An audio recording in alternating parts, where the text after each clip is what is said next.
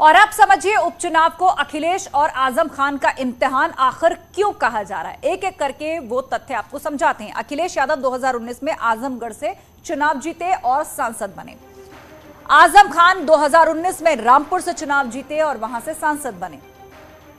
2019 में SP BSP के साथ मिलकर चुनाव लड़े। एसपी को 2019 में महज 5 सीटें हासिल हुई थी।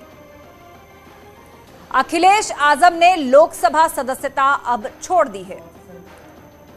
मौजूदा वक्त में समाजवादी पार्टी के पास सिर्फ 3 सांसद इस वक्त हैं। 26 जून को उपचुनाव का नतीजा आएगा और उसके लिए वोटिंग कल होगी। तो अखिलेश और आजम का यह इम्तिहान है कि क्या जिन सीटों को उन्होंने छोड़ा पार्टी उस सीट को बरकरार रख पाएगी या नहीं। तो 26 जून को उपचुनाव के नतीजे आने हैं, यानी 26 जून को तस्वीर साफ हो जाएगी कि एसपी के सांसदों की संख्या फिर से 5 होगी या फिर 3 ही रह जाएगी। अगर दोनों सीटों पर नतीजे समाजवादी पार्टी के पक्ष में आए तो अखिलेश और आजम परीक्षा में पास हो जाएंगे। अगर नतीजे गड़बड़ रहे तो फिर समाजवादी पार्टी की अंदरूनी सियासत गरमा सकती है। और इस पर चर्चा के लिए हमारे 2 सहयोगी हमारे साथ लाइव जुड़ रहे हैं। आजमगढ़ से राजीव सिंह है और रामपुर से अनामिका हमारे साथ हैं। सबसे पहले रुख राजीव का कर लेते हैं।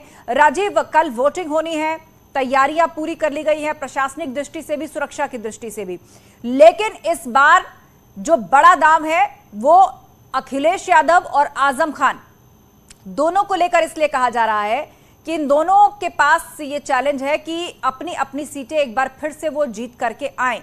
अखिलेश ने प्रचार से दूरी बनाई है तो आजम खान पूरी तरह से सक्रिय है।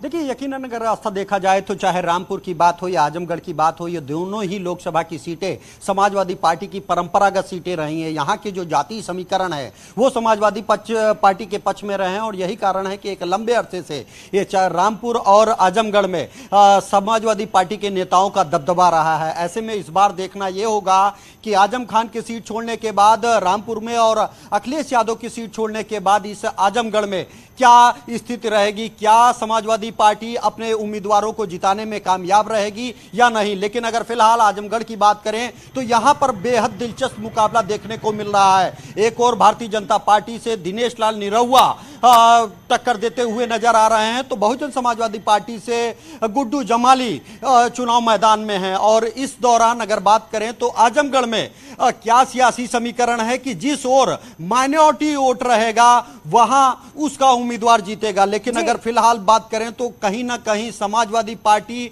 और बसपा के उम्मीदवारों में यह उम्मीद जताई जा रही है कि दोनों में 50-50% जो माइनॉरिटी वोट बैंक है वो बढ़ सकता है। और अगर ऐसा हुआ तो कहीं ना कहीं इसका फायदा सीधे बीजेपी को मिलेगा और यहां से दिनेश लाल निरहुआ एक जीत हासिल कर सकते हैं। रही बात अगर बिल्कुल बिल्कुल राजीव, और अगर बीएसपी मुस्लिम वोट बैंक और दलितों में सेंध लगाने में कामयाब रही तो उसका नुकसान समाजवादी पार्टी को उठाना पड़ सकता है आजमगढ़ के अंदर, और इसीलिए आजमगढ़ में मुकाबला त्रिकोणीय कहा जा रहा है। लेकिन रामपुर की बात करें तो यहां फाइट सपा और बीजेपी के बीच में है। अनामिका वहां से जुड़ी हुई है। अनामिका, यहां का समीकरण क्या कहता है? आजम खान चुनाव में सक्रिय हैं, उन्होंने कई जनसभाएं की हैं, किस तरह की बातें कही हैं? मुख्यमंत्री योगी आदित्यनाथ भी यहां आए और इशारों में उन्होंने आजम खान को निशाने पर भी लिया था।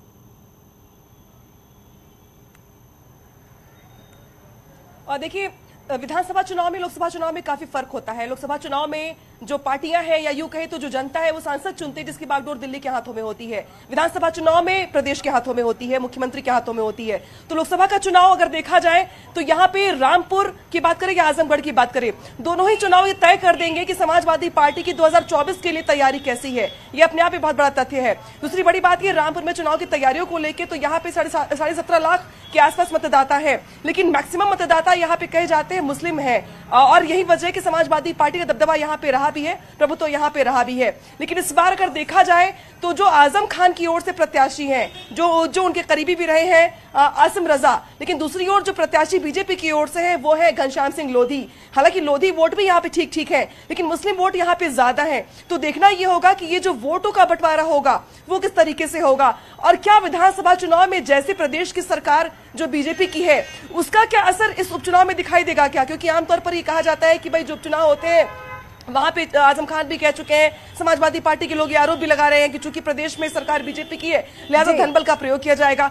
तो ये भी देखना होगा कि इस लोकसभा के उपचुनाव में कितना अखिलेश यादव का रुतबा दिखाई देता है, आजम खान की पकड़ दिखाई देती है, प्रभुत्व दिखाई देता है, तो वही कितना बीजेपी के जो प्रत्याशी हैं घनश्याम सिंह लोधी, उनका अपना कितना यहाँ पर जो बैकग्राउंड रहा है अब तक का रामपुर से, वो कितना असर दिखाता है। तो रामपुर में जातीय समीकरण को साधते हुए यहाँ पर कैंडिडेट्स जो है वो मैदान में है। अब देखना होगा कि जीत का दम भर रही सपा और बीजेपी दोनों में से किस पर जनता मोहर लगाती है। आप दोनों का बहुत शुक्रिया चर्चा के लिए।